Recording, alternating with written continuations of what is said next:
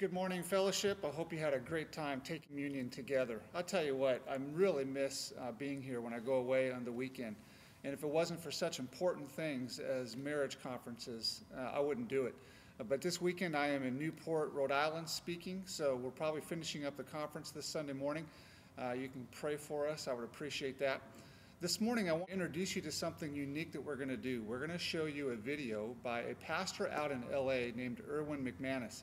And he had given this talk a few years ago at a leadership conference, and I loved it. It really takes me back to just the roots of our faith and why we do what we do, and it challenges you to step out, that God has a plan for us in His master plan, and He wants to use us in that. And so each time I go back to this video, it just challenges me, and I hope it challenges you this morning. As Erwin has the people stand up and he will have them read the scriptures together, I would ask that you would stand up as well and join him just as if he's here with us.